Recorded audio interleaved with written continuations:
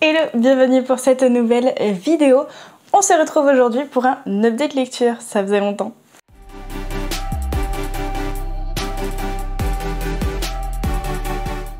Le dernier update lecture datait du coup de janvier-février, donc là on est sur avril-mai et plus ou moins juin.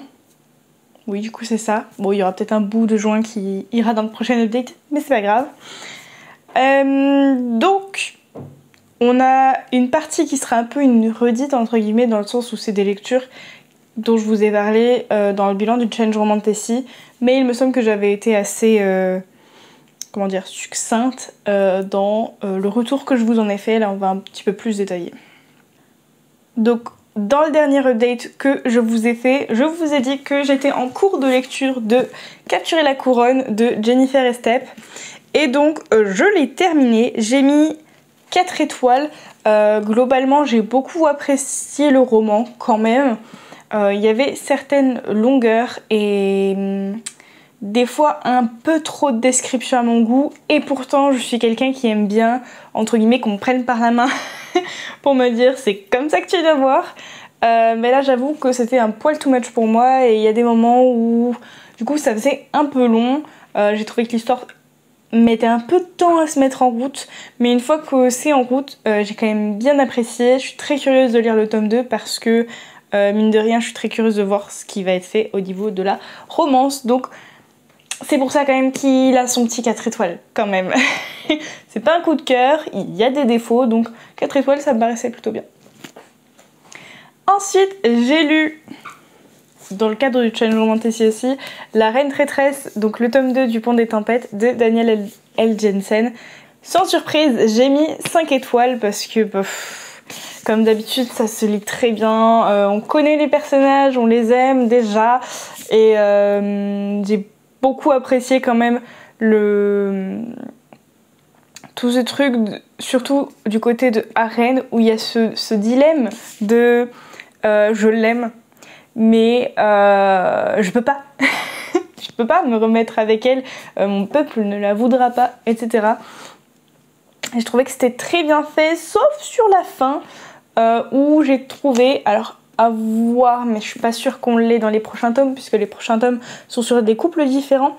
Mais je me dis peut-être qu'on verra un peu de loin, peut-être, ce qu'il en est d'Arène et Lara, parce que moi je trouve que la résolution est un poil rapide, voire un peu facile. Donc j'avoue que j'ai été un petit peu déçue sur la manière dont ça s'est terminé, même si évidemment on aime, hein, c'est une romance, donc c'est censé bien se terminer, vous voyez ce que je veux dire. Mais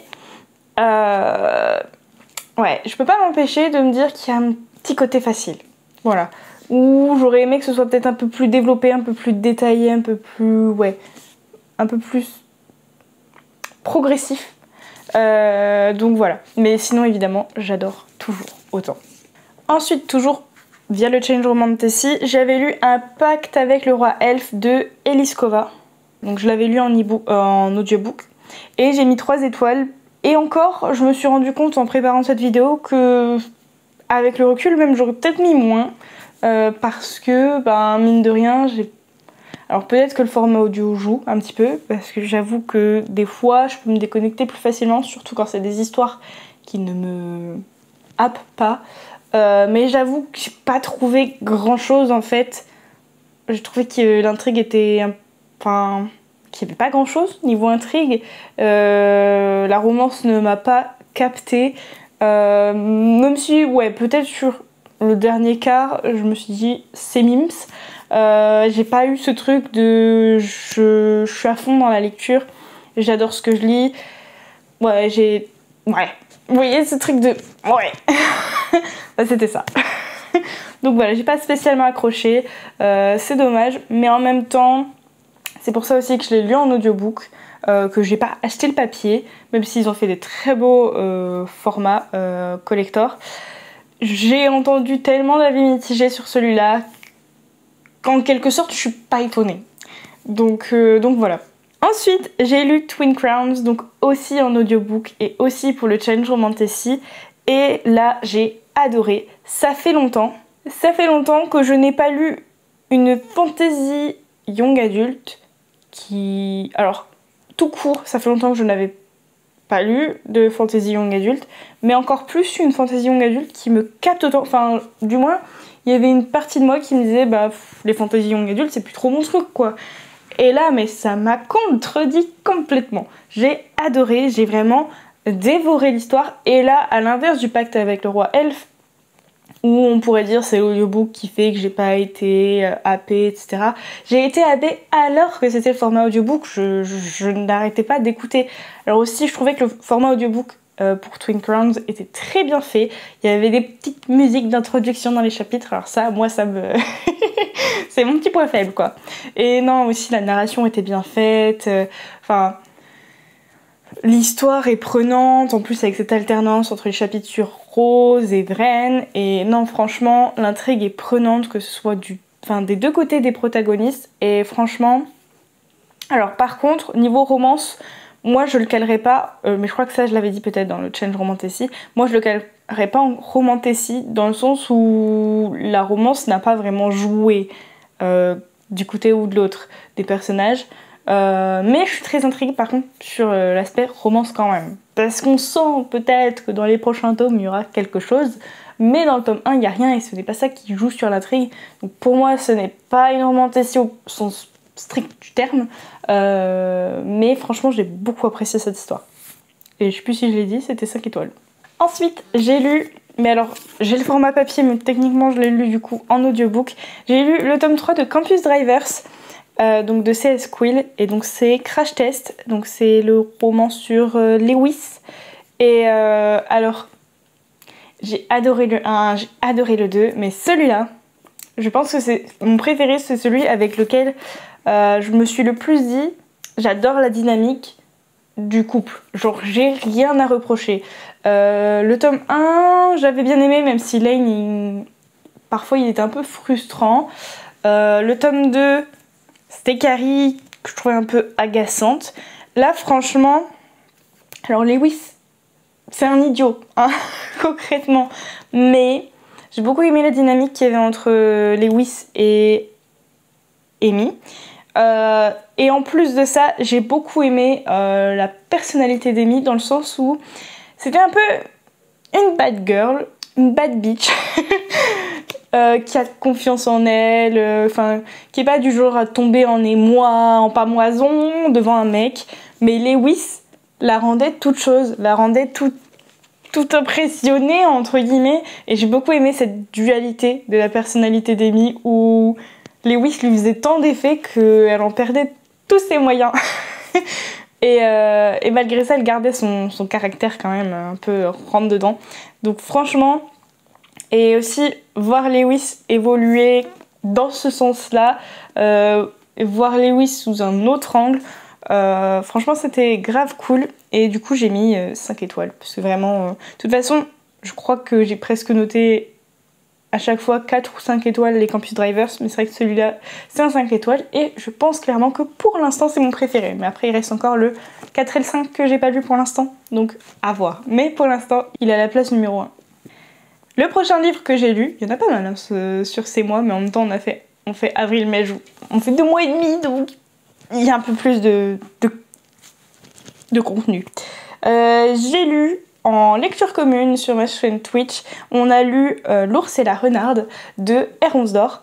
Et c'était une plutôt bonne lecture, j'ai mis 5 étoiles, c'est pas un coup de cœur, mais j'ai bien accroché à l'univers, j'ai trouvé très intéressant, très intriguant, très original, et la plume était très agréable à lire, franchement c'est un très très bon auto-édité, la plume nous emporte en fait, et l'univers est tellement singulier, il change de tout ce qu'on peut lire. La relation entre Auroch et la protagoniste féminine, en plus on voit l'évolution de leur relation depuis qu'ils sont petits / adolescents, parce que Auroch est plus âgé qu'elle. Franchement c'est un beau roman, par contre la fin est un peu... non, je vais pas en dire plus sinon je vous spoil, mais j'avoue que la fin elle fait un peu mal.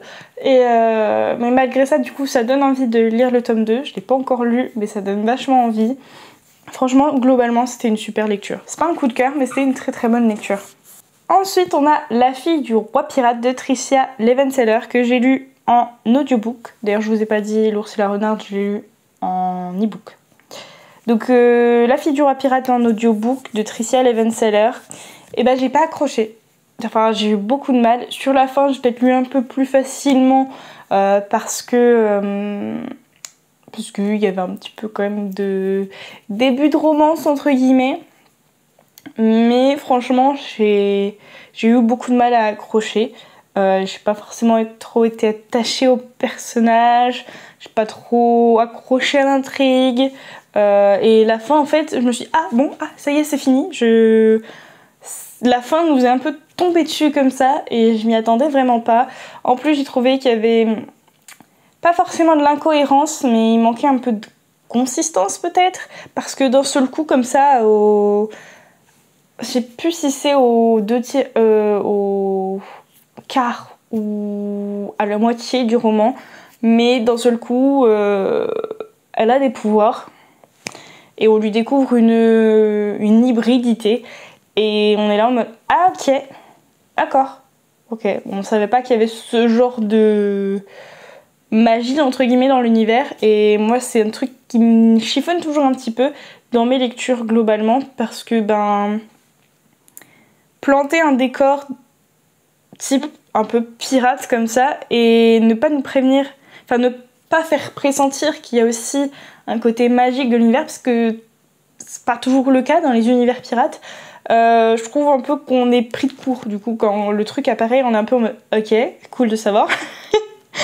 En tout cas, c'est un peu comme moi j'ai tendance à réagir dans ces cas-là et je suis en mode ouais, bah j'aurais bien aimé un peu le pressentir avant en fait, vraiment qu'on nous fasse comprendre que voilà.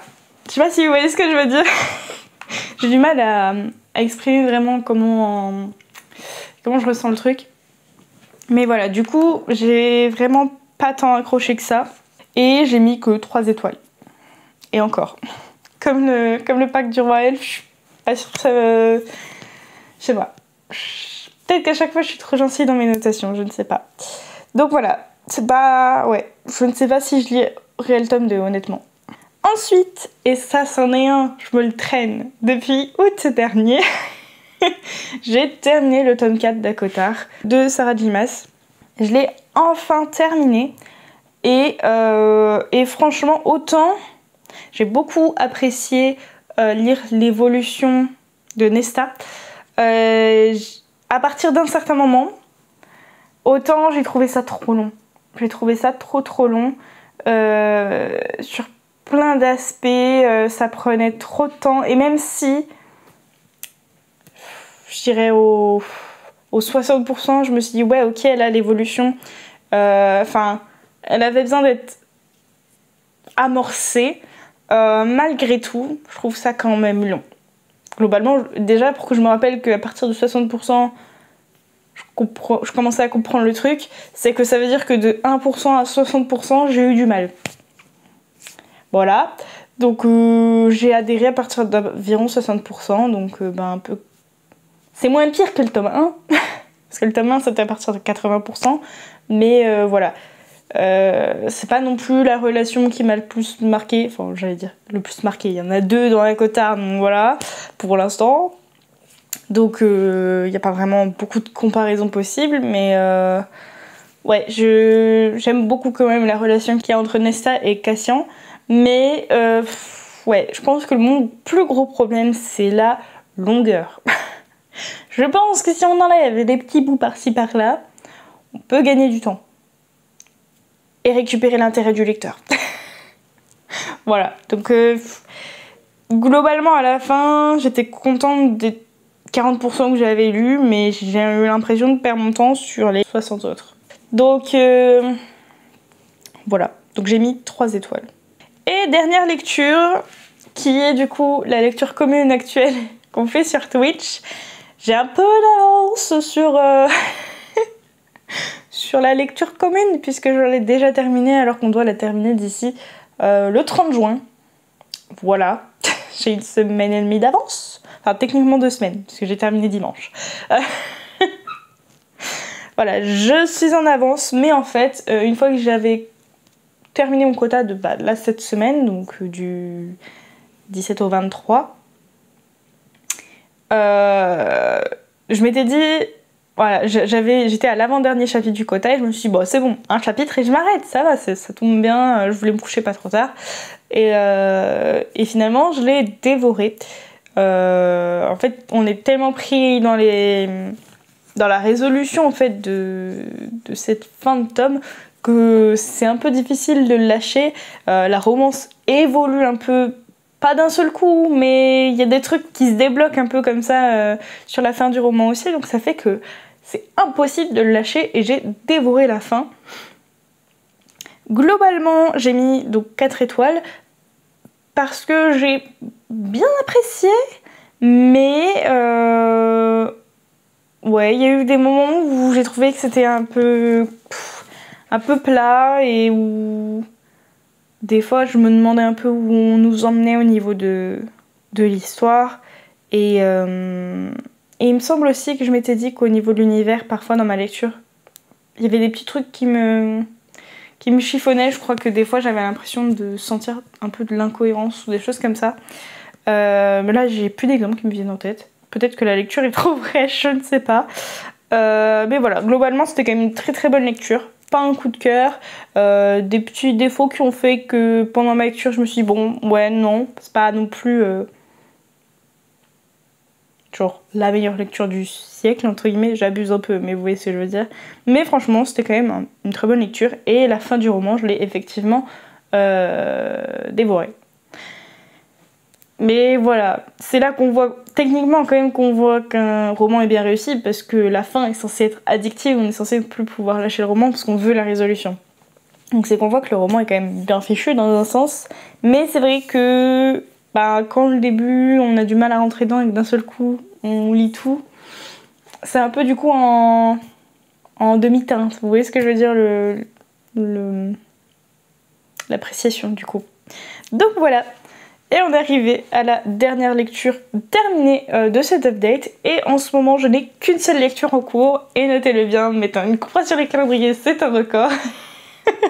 Parce que ça devenait quand même rare, concrètement, que je n'ai qu'une seule lecture en cours. Et aucune de débutées que j'ai mis en pause quelque part, hein, vraiment. Et en plus, c'est une relecture. Bah oui, on n'a pas assez de lecture ici.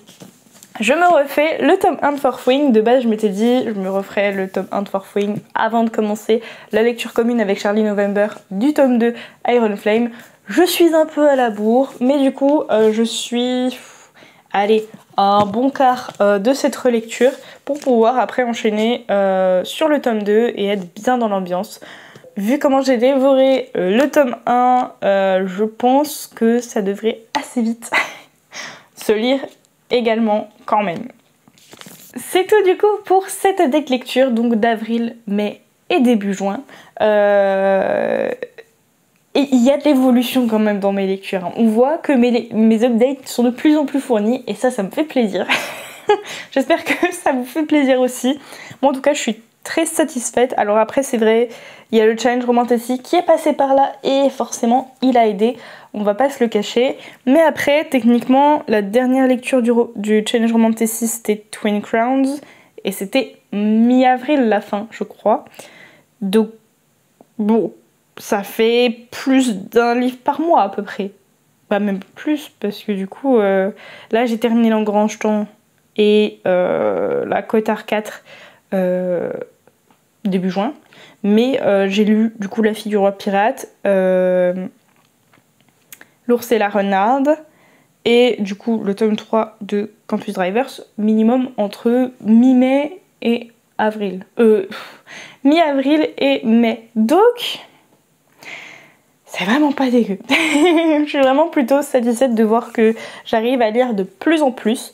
Je crois que je l'avais dit, je sais plus dans quelle vidéo, mais c'est vrai que le fait de me dire bah allez je me lis au moins un petit chapitre le soir avant de dormir, surtout la semaine, bah mine de rien c'est peut-être qu'un seul chapitre ou que 2 chapitres par soir, mais ça permet quand même d'avancer un peu plus dans mes lectures, donc puis au moins c'est une routine.